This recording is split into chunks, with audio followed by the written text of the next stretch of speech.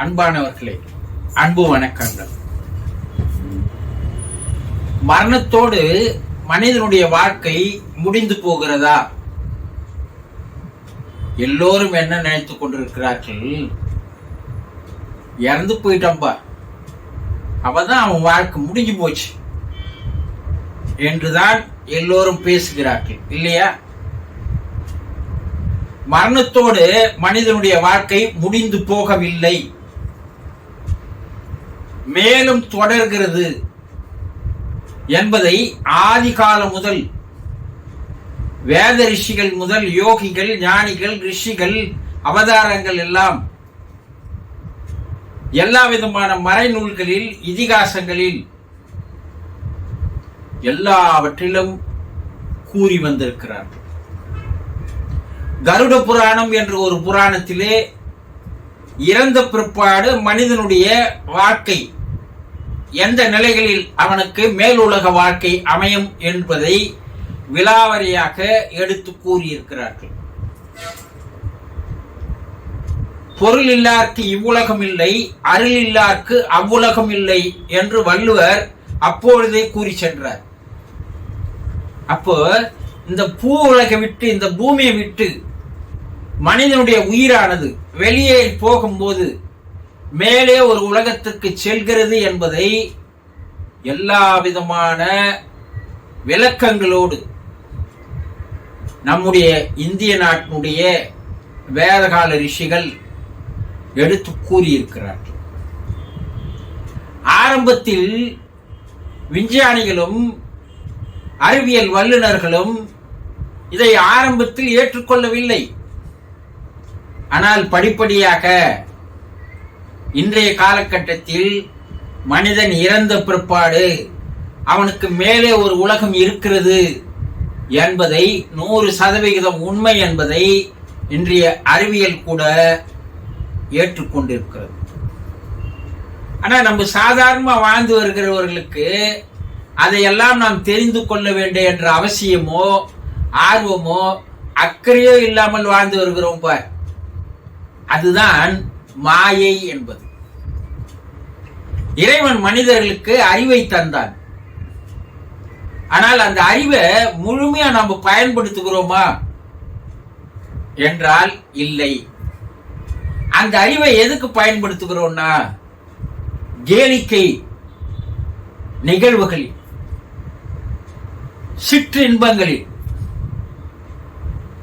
அதை பயன்படுத்துகிறோமே தவிர உச்சமான நிலைக்கு நாம் உயர்ந்து செல்வதற்கு ஆர்வம் இருப்பதில்லை. இப்ப மனிதர்கள் இறந்து போன பிற்பாடு அவர்களுடைய வாழ்க்கை எப்படி இருக்கிறது என்றால் பல்வேறு ரகசியங்களை உள்ளடக்கியதாக அந்த வாழ்க்கை இருக்கிறது என்பதை தெளிவுபட இன்று ஆவி உலக ஆராய்ச்சியாளர்கள் கூட விளக்கமாக எடுத்து கூறியிருக்கிறார்கள். இன்றைய விஞ்ஞானிகளும் அதை ஆமாம் என்று சொல்கிறார்கள். என்ன, ஒரு மனிதர்களாக நாம் இந்த பூமியில வாழ்ந்து வருகிறோம் இல்லையா?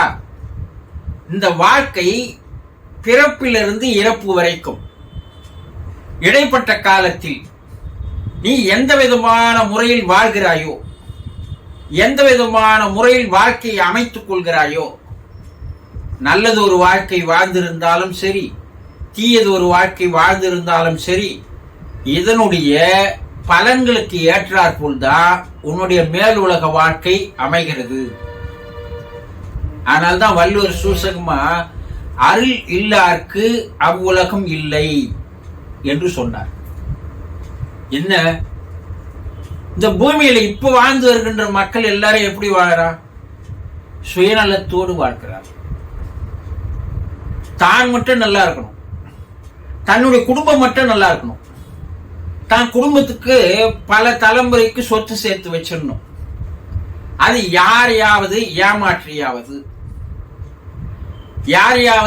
ஏமாற்றி அவர்களை மோசம் செய்தாவது, அவர்களிடம் திருடியாவது, கொள்ளையடித்தாவது, லஞ்சம் வாங்கியாவது, பல்வேறு மோசமான வழிகளில் வாழ்கின்ற மனிதர்கள் தான் இன்றைய காலத்தில் அதிகமாக இருக்கிறார்கள், இல்லையா?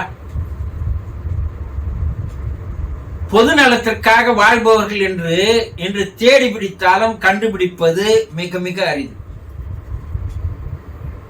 அது மத தலைவராக இருந்தாலும் சரி, அரசியல் தலைவர்களாக இருந்தாலும் சரி, எல்லோருமே தன்னுடைய சுயநலத்திற்காக, தன்னுடைய குடும்பத்திற்காக எந்த விதமான அக்கிரமங்களுக்கும் அநியாயங்களுக்கும் செய்வதற்கு தயாராக இருக்கிறார்கள் என்பது இன்று நாடறிந்த உண்மை. இப்படி வாழ்கின்ற இவர்களுடைய வாழ்க்கை மேலோட்டமாக பார்த்தால் இவர்கள் நல்லா இருக்கிற மாதிரி தான் தெரியும், வசதியா வாழ்ந்து வருகிற மாதிரி தான் தெரியும், ஆடம்பரமா இருக்கிற மாதிரி தான் தெரியும், படோபடமா இருக்கிற மாதிரி தான் தெரியும், லக்ஸரியான வாழ்க்கை வாழ்கிற மாதிரி தான் தெரியும்.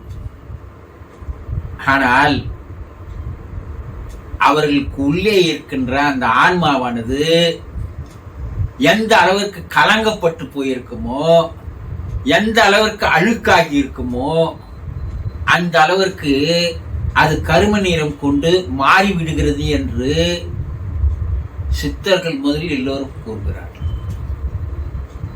ஒரு மனிதன் வாழும் பொழுது அவன் அறிவை கொண்டு அவனுடைய ஆன்மாவை அறிந்து கொள்வதுதான் ஒரு மனிதனுடைய வாழ்க்கை. யாராவது நமக்குள்ளே இருக்கின்ற ஆன்மாவை நாம் அறிந்து கொள்கிறோமா? அப்படின்னா என்ன என்றுதான் கேட்பார்கள். அவன் உடலுக்குள்ளே இருக்கின்ற உறுப்புகள் என்னென்னு பல பேருக்கு தெரியாது. அந்த உறுப்புகள் என்ன பெயர் தெரியாது, அது என்ன வேலை செய்கிறது என்பது தெரியாது, அது எதற்கு நம்ம உயிர் வாழ்வதற்கு உபயோகமாக இருக்கிறது என்பது கூட தெரியாது.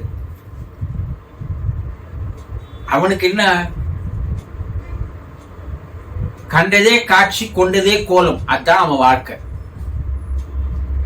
அப்ப தன்னை அறிந்து கொள்ளாமல் அவன் தலைவனை தேடி சென்று வணங்குவது எவ்வளவு பெரிய முட்டாள்தனம் என்று பாருங்கள்.